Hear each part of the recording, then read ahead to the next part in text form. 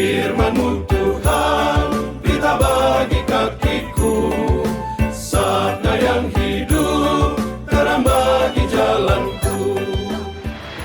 Adik-adik yang tersayang, kita atau kalian itu angkatan apa?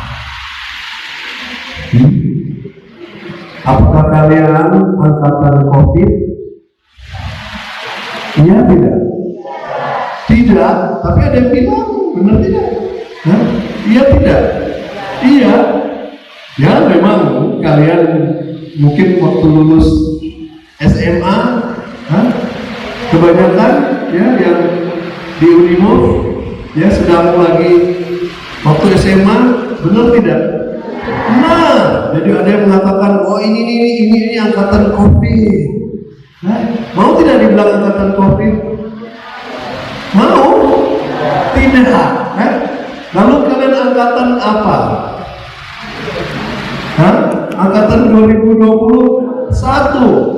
Ada lagi yang lain?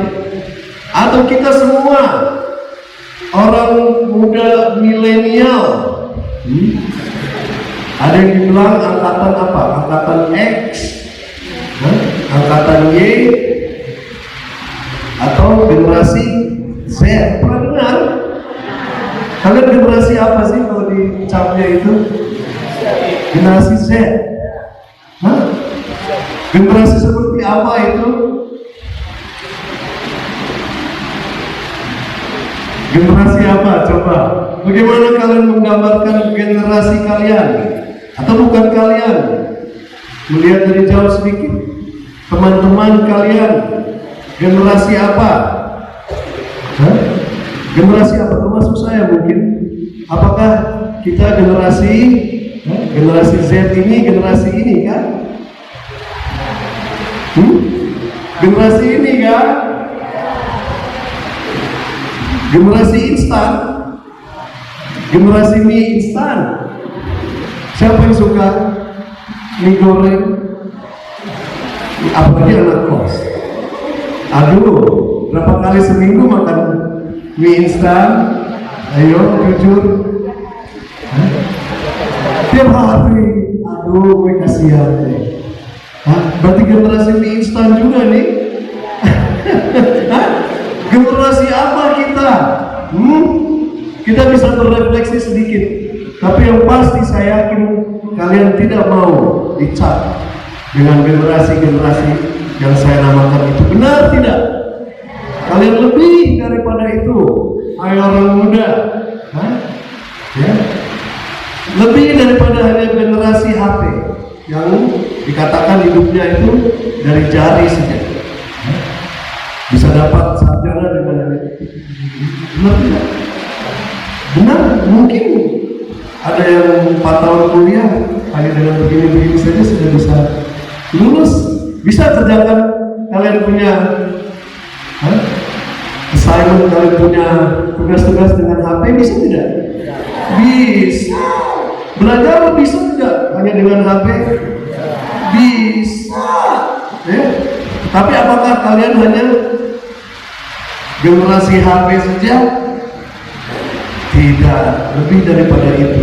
Hari ini Tuhan Yesus mengatakan, seperti apa generasi yang dia katakan kepada orang-orang di generasi waktu dia hidup. Lalu dia katakan, ya generasi seperti ya saat ada anak-anak di pasar, mereka menginginkan seruling, mengajak orang menari, tapi mereka tidak menari.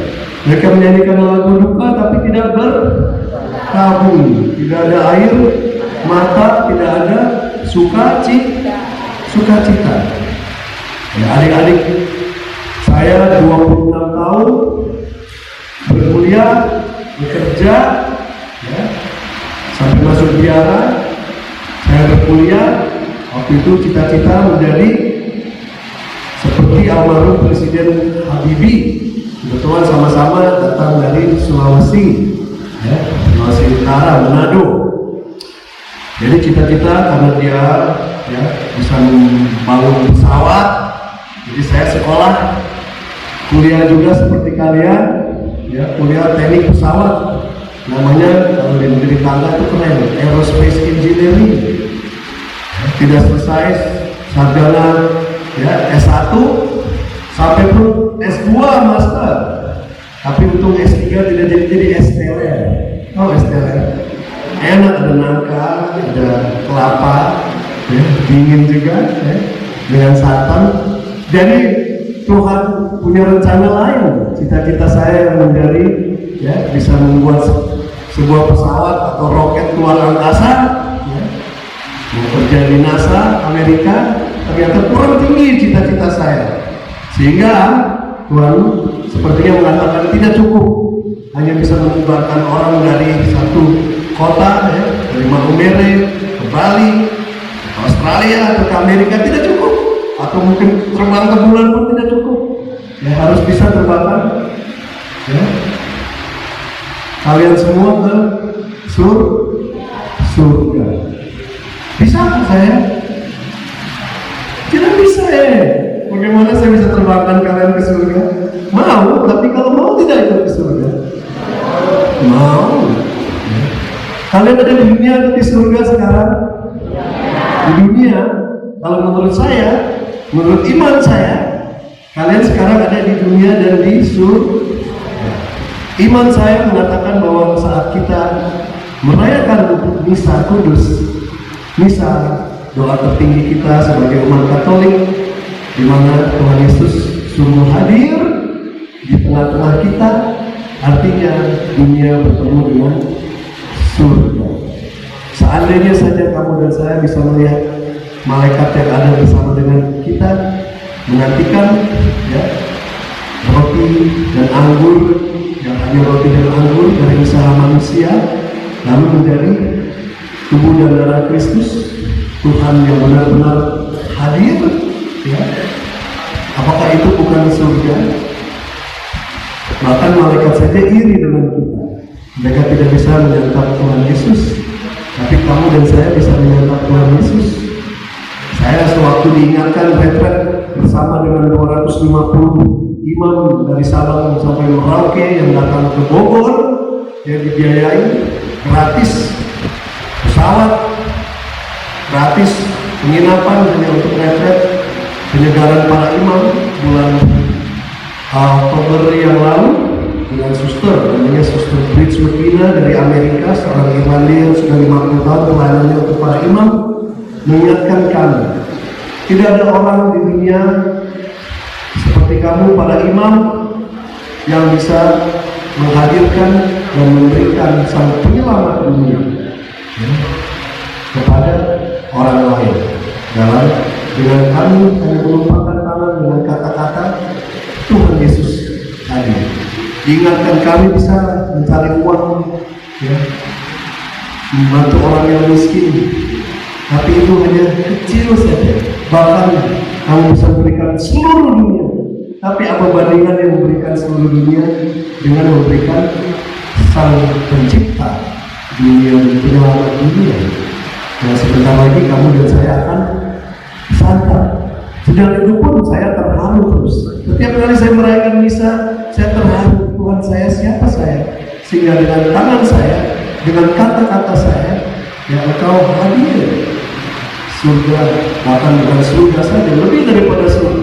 Sang pemilik, sang pencipta surga pun hadir di tengah-tengah kita. Kalau ibaratnya seorang koki, kemarin seorang koki saya kata, kamu menjadi koki yang terhebat, lebih baik kamu jadi seorang imam, karena menu seorang imam itu hebat.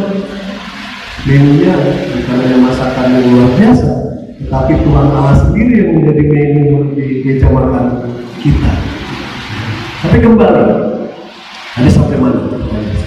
Saya ngelantur sedikit. Ya, ada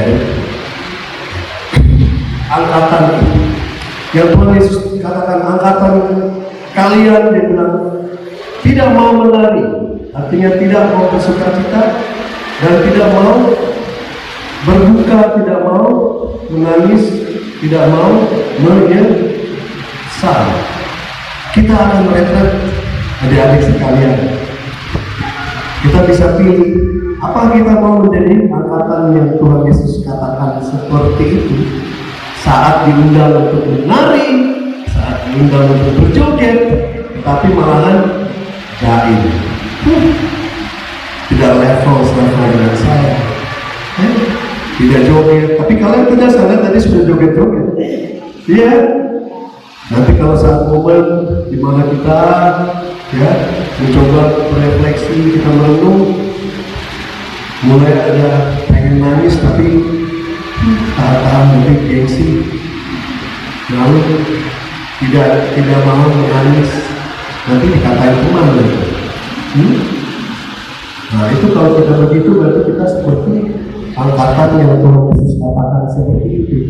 Sia-sia kamu datang kemari, sia-sia bahkan mungkin kita dilahirkan, karena kita akhirnya dicap oleh Tuhan Yesus menjadi angkatan yang seperti Tuhan katakan hari ini.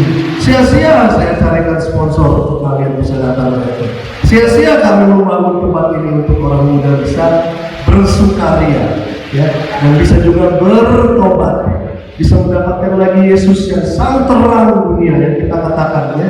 Berbahagialah, ya, mereka yang mengikuti Tuhan, karena mereka akan mendapatkan terang, ya. Dari kurang lebih kita katakan itu kan di Mazmur, ya. Kita mau juga membiarkan Tuhan menjadi terang hidup kita, bagaikan bulan, ya. Bulan punya sinar sendiri apa tidak sih? Punya tidak? Tidak. Bulan tidak punya sinar sendiri, padahal setiap malam hampir selalu penuh dengan sinar dan menyinari malam yang gelap. Dari mana sinarnya datang? Dari matahari. Seperti juga Bunda Maria, seorang gadis desa yang sederhana seperti engkau juga, ya. Tetapi begitu terbukanya dia, sehingga dia begitu bersinar, sinar yang datang dari putranya, sehingga dia seperti bulan selalu bersinar dari matahari yang begitu kuat sinarnya, sehingga pantulan itu jelas dan menerangi kegelapan malam. Siapa di sini yang pernah merasa gelap? Pernah? Saya pernah waktu kuliah. Ya, waktu kuliah sudah tingkat 1, tingkat 2, ya, tapi dari SMA sudah bandel. Waktu SMA kelas 1 sudah kabur dari rumah. Di sini tidak ada yang kabur dari rumah, tidak ada yang bandel, hanya saya saja. Ya, kelas 1 sudah kabur dari rumah. Mama saya seorang dokter, apa saya seorang insinyur. Mama lain dengan mama yang lain. Kalau mama yang lain dipanggil oleh kepala sekolah, ya biasanya selalu kepala sekolah pater, jangan keluarkan anak saya dari sekolah, kasihan anak saya. Ya. Mama saya tidak begitu. Mama saya datang, bapak pater, anak saya di DO saja, dikeluarkan dari sekolah. Aduh mama, anak saya sudah terlalu bandel, tidak pernah pulang ke rumah, biar dia dikasih shock terapi. Mama saya bilang begitu. Untung itu bapak baik. Jadi dia bilang, aduh ibu, nanti ibu kalau saya keluarkan anaknya dari sekolah, ya, ibu sudah kehilangan anak, saya pun juga kehilangan anak, kita semua kehilangan, tidak tahu lagi dia di mana. Sudah ibu, biar saya urus anaknya ibu, karena dia masih datang ke sekolah juga walaupun bolos. Di sini tidak ada yang bolos-bolos ya kuliah, ya. Tidak ada bolos-bolos kerja. Hah? Ada? Ya. Jadi mama saya bilang, aduh bapak, kalau begitu saya mohon satu saja bapak pater, bantu saya doa. Ibu mau doa apa? Doakan anak saya. Pasti ibu doakan anak saya. Ya, doakan apa? Doakan anak saya jadi seorang imam. Loh, bukannya ibu itu anak satu-satunya laki, ya? Yang pertama lagi. Iya, Bapak. Tapi menurut saya kasihan nanti kalau dia punya keluarga, dia tidak pernah pulang ke rumah. kasihan anak istrinya yang dia lebih baik jadi misionaris. Jadi mereka bersekongkol berdoa, ya, tidak terkabul dalam 5 tahun, tidak juga 10 tahun, tidak juga 20 tahun, 25 tahun kemudian saya berumur 42 baru saya menjadi seorang imam. Baru mama saya cerita, saya dalam hati memang berbahaya doa seorang ibu. Di sini ada yang akan menjadi seorang ibu nanti. Ada pasti dari kalian. Oh, yang luar biasa. Ya. Suster juga pasti mendoakan, ya, dia juga seorang ibu. Berbahaya itu doa seorang mama, terkabul memang. Jadi, adik-adik, mari kita buktikan bahwa kita bukan seperti angkatan yang Tuhan Yesus katakan. Kita angkatan orang muda yang mau penuh dengan sukacita, yang mau bertobat dengan air mata. Kita mau dipenuhi oleh Roh Kudus yang membawa kita dalam penyesalan yang sungguh menyeluruh dan dipenuhi oleh Roh Kudus sehingga sukacita kita yang merasakan, ya, begitu sayangnya Tuhan kepada kita, begitu penuh belas kasihnya Dia kepada kita, ya, itu sampai meluap sehingga air mata kesedihan kita pun bisa menjadi air mata sukacita. Itu yang kita mau saat kita datang, tidak hanya di retret ini, tapi sepanjang hidup kita penuh dengan sukacita, penuh dengan rasa syukur karena Tuhan begitu bermurah hati bagi kita, dan itu sudah saya rasakan. Saya hampir umur 50 pun terus merasakan begitu bermurah hatinya Tuhan kepada saya yang masih juga tetap orang berdosa. Bahkan Bapak Paus ini dikatakan, siapa itu Bapak Paus? Ya, yang katakan saya adalah orang berdosa yang memerlukan belas kasihan Tuhan. Saya ingin undang kakak-kakak kita dan juga kalian semua, kita ada satu lagu tim song ini. Be a star, be a witness. Ya, jadilah bintang, jadilah terang. Ya, seperti Bunda Maria, ya, bintang, ya, terang karena ada bintang lain, bintang dari segala bintang, raja dari segala raja yang menerangi dia. Kita juga mau jadi bintang, kita juga mau jadi terang. Bagaimana? Kita nyanyi kan? Be a star, be a witness, be a witness, be a star. Jadilah bintang, jadilah terang. Be a star, be a witness, be a witness, be a star.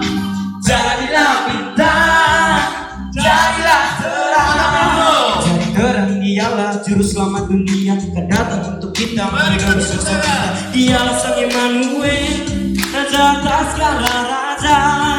Sang bintang yang jadi terang untuk dunia, yang sambut Immanuel yang lain untuk bangsa-bangsa. Bertobatlah. Be a star, be witness, be witness, be a star. Mana tepuk tanganmu? Jadilah bintang, jadilah terang. Be a star, be witness, be witness, be a star. Jadilah bintang, jadilah terang. Be a star, be a witness, be a witness, be a star. Jadilah bintang, jadilah terang. Be a star, be a witness, be a witness, be a star.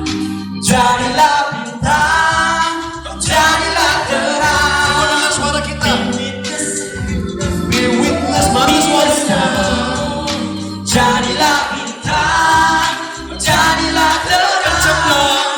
Be a star, be witness, be witness, be a star. Jadilah bintang, jadilah terang. mari kita beri tepuk tangan untuk kita semua, terutama untuk Tuhan Yesus yang adalah terang dunia, terang di dalam hidup kita semua. Amin.